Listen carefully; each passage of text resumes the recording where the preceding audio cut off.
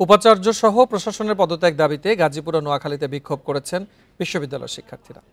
সকাল থেকে বিশ্ববিদ্যালয়ের সামনে অবস্থান নিয়ে এই কর্মসূচি পালন করেন তারা। নোয়াখালী বিজ্ঞান ও প্রযুক্তি বিশ্ববিদ্যালয়ের উপাচার্য, উপ উপাচার্য ও রেজিস্ট্রারের পদত্যাগের দাবিতে বিক্ষোভ কর্মসূচির আয়োজন করা হয়। প্রিয় নম্বর সেট করে বিকাশে সেন্ড মানি করুন ফ্রি।